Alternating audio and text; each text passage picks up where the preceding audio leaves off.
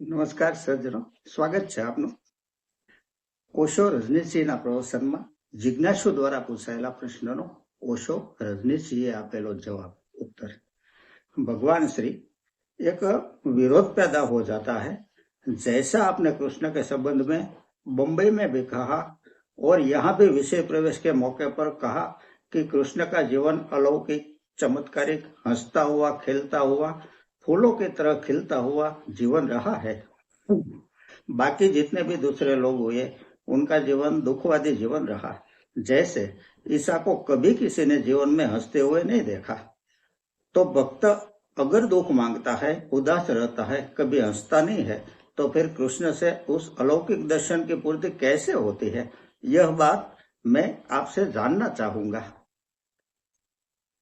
ओशो जवाब आपे से, जो भक्त दुख मांगता है वह दुखवादी नहीं है, क्योंकि दुखवादी तो इतने दुख पैदा कर लेता है कि किसी से मांगने की कोई जरूरत नहीं है. दुखवादी किसी से दुख मांगने जाता है, दुखवादी तो इतने दुख में रहता है कि अब आप उसको और ज्यादा दे नहीं सकते. भक्त इसलिए दुख मांग लेता है कि सुख तो वह खूब पा रहा है, दुख को भी चखना चाहता है, जिसका बिल्कुल अपरिचय है. भक्त कभी भी दुखी नहीं है, और भक्त अगर रोता भी है तो उसके आंसू आनंद के ही आंसू है. भक्त रोया है बहुत, लेकिन उसके आंसू दुख के आंसू नहीं है. लेकिन हमें बहुत भूल हो जाती है, क्योंकि हम सिर्फ दुख में ही रोए हैं, हम कभी आनंद में नहीं रोए हैं. इसलिए आंसुओं के साथ तो हमने दुख की अनिवार्यता बांध ली है. लेकिन आंसुओं का कोई संबंध दुख से नहीं है. आंसुओं का संबंध ओवरफ्लोइंग से है.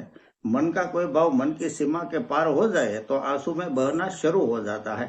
कोई भी भाव, दुख ज्यादा हो जाए तो आंसुओं में बहता है, सुख ज्यादा हो जाए तो भी आंसू में बहता है, प्रेम ज्यादा हो जाए फिर भी आंसू में बहता है, क्रोध ज्यादा हो जाए तो भी आंसू में बहता है. लेकिन चूंकि हमने दुख के ही आंसू देखे हैं, वही ज्यादा हुआ है. आनंद कभी इतना हुआ नहीं कि आंसुओं में बह गए. इसलिए हमने आंसुओं का एसोसिएशन दुख से बना रखा है. दुख का आंसुओं के कोई संबंध नहीं है. आंसुओं का संबंध ओवरफ्लोइंग से है. जो हमारे भीतर ज्यादा हो जाता है वह आंसुओं में बह जाता है.